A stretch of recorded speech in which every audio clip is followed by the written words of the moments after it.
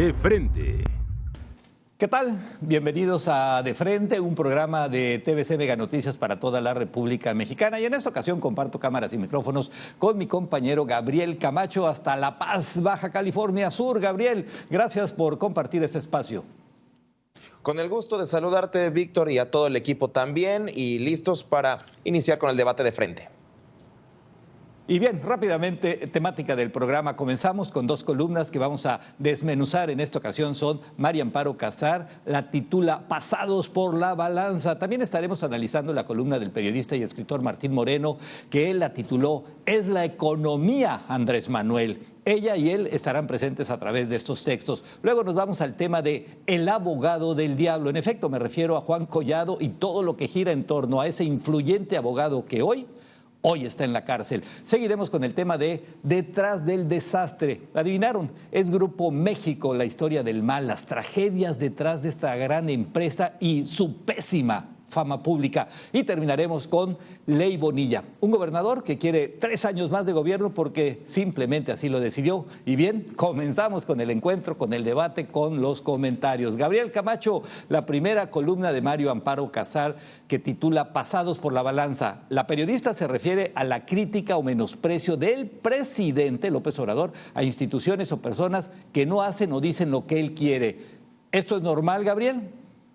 Fíjate, Víctor, interesante, sobre todo porque María Amparo ha sido muy crítica desde Mexicanos contra la Corrupción a los sexenios o a los propios gobiernos, desde Peña Nieto cuando empezaron a hacer las propias investigaciones y ahora con el propio Andrés Manuel López Obrador. Obviamente las expresiones que ha tenido López Obrador descalificando las organizaciones, descalificando estos ejercicios periodísticos, no le gusta para nada. Y la propia María Amparo considera que lo que está haciendo es que está desvalorizando el trabajo, no nada más de los periodistas, sino también de instituciones como el INEGI, el INE, la Suprema Corte de Justicia. A mí lo que me llama la atención y una pregunta que a lo mejor podemos plantear a la gente que nos está viendo, Víctor, es, ¿se puede gobernar así? Y yo iría más allá.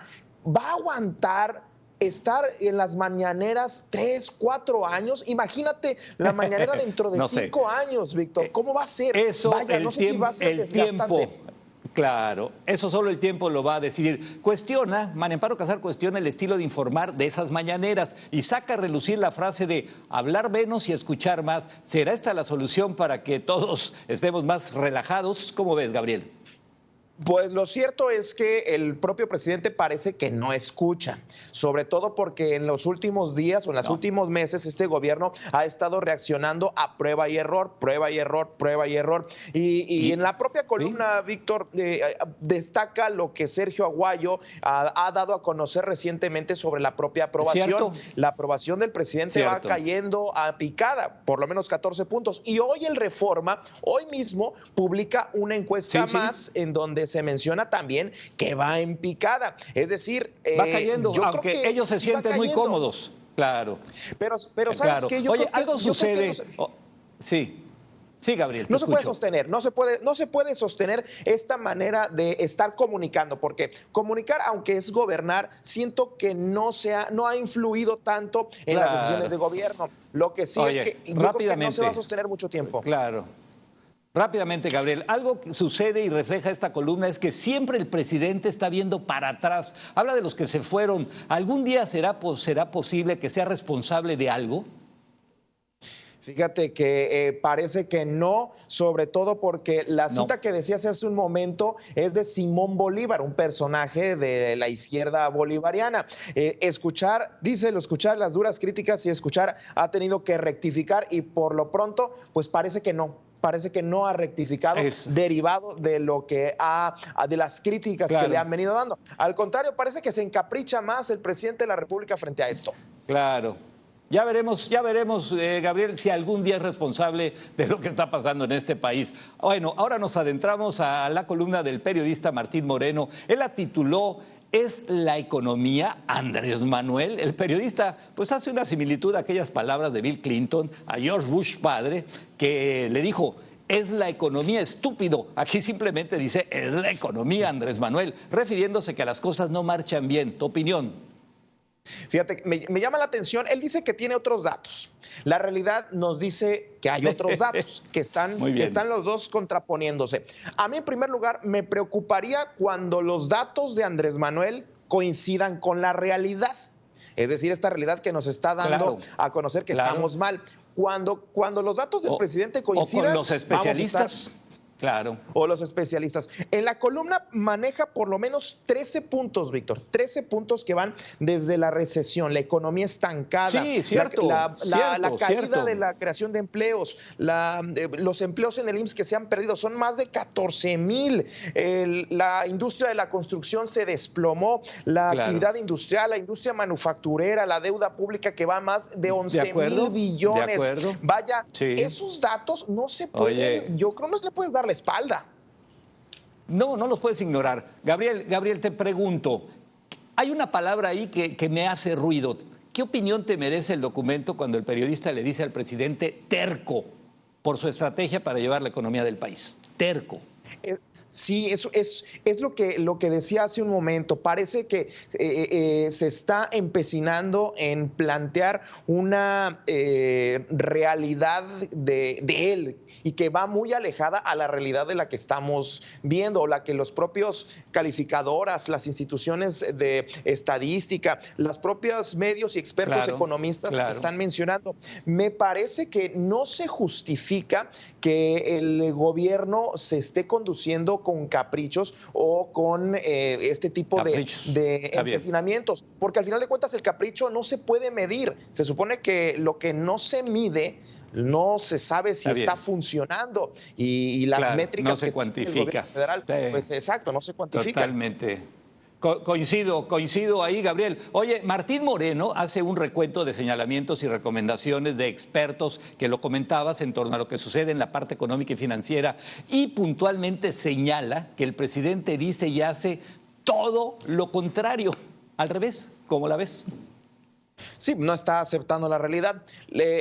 Martín está planteando un escenario de cifras, de posibles horizontes y de advertencias. Y creo que ninguno de estos tres enfoques que le está dando a la economía en esta columna, que por cierto es muy fácil de leer, eso se me hizo algo muy bueno porque son temas económicos muy fáciles de leer, por lo menos en cifras, escenarios y advertencias, son adversos, Víctor. Y eso en verdad yo creo por lo menos que nos debe de preocupar, porque parece que no lo está abordando como debería de ser, como un jefe máximo, como un jefe estadístico. Sí, de acuerdo. Oye, vámonos, bueno, pues se quedan atrás esas columnas y vamos a nuestro punto 3, Gabriel.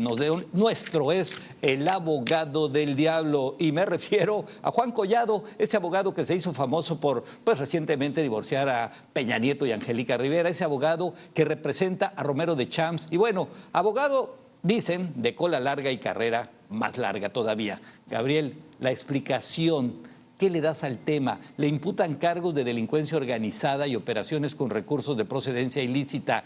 ¿Él es el hilo conductor hacia alguien? ¿Están buscando algo? Sí, claro, por supuesto. Siento que se está cerrando el cerco hacia alrededor de Enrique Peña Nieto. Pero antes de empezar, pues yo empezaría con una pregunta que leí esta mañana. ¿La Fiscalía General de la República responde a la política? Es ahí es donde está esa línea muy delgadita, Víctor, de cómo puede llegar a operar la Fiscalía General de la República, sobre todo en este caso, se tardó un mes y en una semana ya se habían librado las órdenes de aprehensión. Más allá de ser el abogado del diablo, pues es un abogado de notables, de VIPs, como se le dice. Y yo siento que sí hay una especie de cerco cada vez más cercando a Enrique Peña Nieto, y sobre todo porque del otro lado, en otra barda, en la barda de Emilio Lozoya, o en la esquina de ese ring, también se está acercando la investigación. Solo por mencionar esta llegando el denuncia, agua, Exacto, esta denuncia que interpuso Sergio Hugo Bustamante, que es el propietario de un terreno y que se forma parte de esta empresa, esta sociedad financiera, Libertad Servicios Financieros, en donde, por cierto, si le rascamos ahí, yo no sé qué vamos a encontrar, Víctor. Claro. Oye, ¿cortina de humo o simplemente decirle que se la lleve tranquilo y que no defienda personajes de la talla de Romero de Champ? ¿Podrá ser cortina de humo? Porque todo se vale, ¿eh? Vaya, interesante este planteamiento, sobre todo porque pues nos hemos mal acostumbrado a estas cortinas de humo en la política mexicana, lamentablemente, y no hay que dejarlo de paso. Yo creo que no hay una cortina de humo. Okay. Yo creo que va avanzando este tema, sobre todo lo que ha pasado alrededor de Libertad Servicios Financieros y los miles de millones de pesos y recursos que hay, que se han lavado. Rápidamente, para terminar este tema, Gabriel, en el terreno de la acusación de delincuencia organizada se va a hacer una declaración de un testigo singular y de oídas. ¿Será que pronto lo veamos a este abogado ya en la calle tranquilamente? Probablemente, porque se compara este caso muy parecido con el de la maestra Elba Ester Gordillo, este caso polémico que al final de cuentas fue una vendetta o una venganza del gobierno federal. En este caso, pues imagínate, ver a la cabeza del rey en una pica, me refiero a Enrique Peña Nieto, sería inédito, Víctor, sería inédito. Claro. Y yo creo que este gobierno, si es que siguen estos preceptos de no mentir, no robar y no traicionar, y el combate a la corrupción, pues en una de esas la cabeza de Peña Nieto va a rodar. Bien. Bueno, caray, eso es tema, ¿eh? Pasamos al siguiente tema que lo hemos llamado detrás del desastre, y me refiero, Gabriel, al Grupo México. Los 3 metros cúbicos de ácido sulfúrico o 3,000 litros, según lo quieran ver, pues que se derramaron recientemente esta empresa aquí en el mar, en las playas de Guaymas. ¿Será el problema, Gabriel, o es la historia que hay atrás de esta empresa? Fíjate que aquí hay varios datos importantes, sobre todo, primero, el antecedente de la empresa Grupo México y Germán Larrea. Ya viene, por cierto, allá en Sonora, mando un saludo, había un antecedente ya de accidentes pues terribles con derrames de compuestos químicos que han afectado a la población. Claro, y esto ha venido arrastrando años y años alrededor de Grupo México. Ha tenido una pésima percepción y un manejo de comunicación esta empresa. Pero esto, si le sumas lo que pasó en Guaymas, pero aparte lo que está generando, Víctor, las ventas están cayendo en la venta de mariscos, vaya, se está afectando duro, vaya, no son los técnicos, eso 90%, sí, no son los técnicos. 90% cayeron sus ventas el día de ayer, Gabriel. Oye, Sonora quedó herido en cuanto a contaminación, comunidades enteras del cauce del río Sonora siguen hoy día afectadas, presas enteras sin poder aprovechar un litro de agua, pues están contaminadas, son el escenario de este estado. Y en este momento, ocasionado por el derrame también de Grupo México hace 5 años, pero ya nadie quiere hablar y ya nadie se acuerda de ese derrame de hace años de 40,000 metros cúbicos, que también fueron de ácido sulfúrico y otros componentes. ¿Qué hacer, ante una empresa despreocupada y una autoridad, ojo, que no acaba de hacer su chamba, Gabriel? Sí, el gobierno de Peña Nieto no tomó acciones contundentes en contra de este grupo. En la rueda de prensa que ofreció el secretario de Semarnat, Víctor Toledo, esta semana, pues se perdió en un discurso ideológico, empezó a hablar de los neoliberales y esas empresas, y no fue concreto, no fue contundente en contra del Grupo México. No sé si es porque esta empresa es una de esas simbólicas del influyentismo empresarial, no lo sé, pero me queda claro de que no, claro, o por lo menos hasta el momento no se ve una acción contundente en contra de esta empresa. Claro. Oye, ahorita lo dijiste, pero ¿qué hacer ante una empresa que da trabajo a más de 33,000 empleados de forma directa y otros tantos indirectos? Claro. Una empresa, Gabriel, que otorga el reparto de utilidades más alto del país. Una empresa que reporta ventas por más de 150,000 millones de pesos anuales. ¿Qué hacer? ¿Enfrentarla? ¿Ignorarla? ¿Acabar con ello? ¿Y con ella? Fíjate, ¿qué harías, Gabriel? Ese es el balance, ese es el balance precisamente. Vaya la discusión que podemos ir más allá, y yo me centraría en lo que el gobierno federal puede dar a conocer. Sobre todo que el gobierno federal, de mano de Napoleón Gómez Urrutia, un enemigo acérrimo de Germán Larrea, el titular de Grupo México, acérrimo, pues yo creo que por ahí puede ir, y de alguna manera, pues, tratar de rescatar a todos estos cientos de empleos, a toda esta economía que depende de la empresa y sobre todo, pues, yo creo que, pues, al final de cuentas, la minería y todos estos procesos son procesos legales. No se deben de cerrar simplemente por supuesto. Cuestiones mediáticas. No podemos ignorar que es una empresa sólida y fuerte. Bueno, pasamos al siguiente tema, Gabriel. Le llamamos Ley Bonilla, así le hemos denominado. Gabriel, ¿es una democracia a modo o es el principio de lo que harán otros gobernantes? Ampliar periodos cuantas veces lo deseen.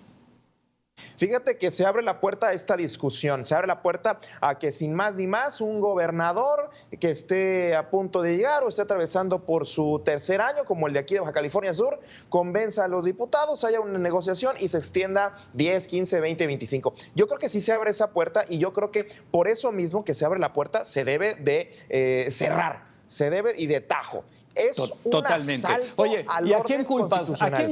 ¿A quién culpas, Gabriel? ¿A quién culpas cuando no solamente fue Morena quien aplicó el rigor de esta ampliación de 2 a 5 años, también fueron los priistas y también fueron los panistas, esos legisladores que son los que realmente dieron el voto para que esto sucediera? ¿A quién culpar? ¿A quién culpar? Es una pregunta muy interesante, sobre todo porque en los regímenes pasados esto lo ordenaba el presidente de la República y el propio Andrés Manuel López Obrador se lavó las manos y dijo, oigan, ¿qué me ven cara de qué? Yo no soy así, esto se acabó. Entonces, ¿quién fue el que dijo que lo resuelvan allá? No es mi tema, dijo. Exacto. Pero eso también de alguna manera da a entender que él no quiso condenar, que eso creo que es lamentable. Debió haber habido una condena dura desde esa alta tribuna que es la presidencia de la República. Y dos, me parece que el gobernador saliente también le ha faltado meter presión. Él dice que, Kiko Vega dice que no va a publicar el decreto, pero no se ve la contundencia. No lo va a publicar. Pero cuando llegue el otro lo va a hacer. Oye, Gabriel, para cerrar esta parte, ¿corrupción pura, de esa que supuestamente ya no existiría? ¿Qué sucedió? Es verdad. Se habla de que hay sobornos de millones de pesos a los diputados. Se habla de que hay órdenes, de $1,000,000, de que hay. Yo me quedo con cómo va a gobernar y en qué manto de corrupción va a gobernar Jaime Bonilla si lo dejan gobernar estos 5 años.